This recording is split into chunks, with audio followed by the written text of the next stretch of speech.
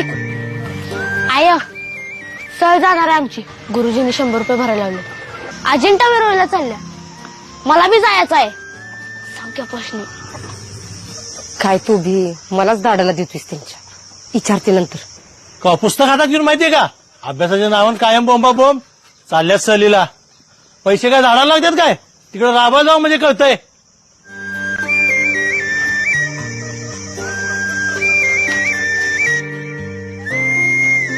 वंदी काय हो ठीक आहे. अहो मला कशाला पैसे दिलायचा. अगं ती विजयच्या शाळेत भरायचेत ना मग काय कुठे जाणार आहेत ती भरून टाक म्हणा त्याला. अहो मग तुम्हीच द्या की त्याला. नको मला कामावर जायचंय दे तूच तू. आणि त्याला काय बांधून बिंदून द्यायचं असलं तर दे.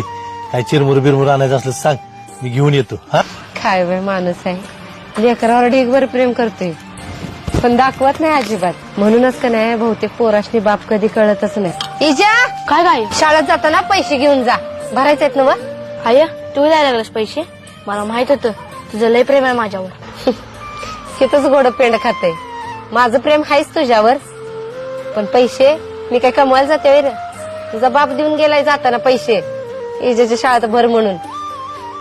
हे असंच असते. बाप प्रेम करत असते पण ते कधीच पोराशने दिसत नसते.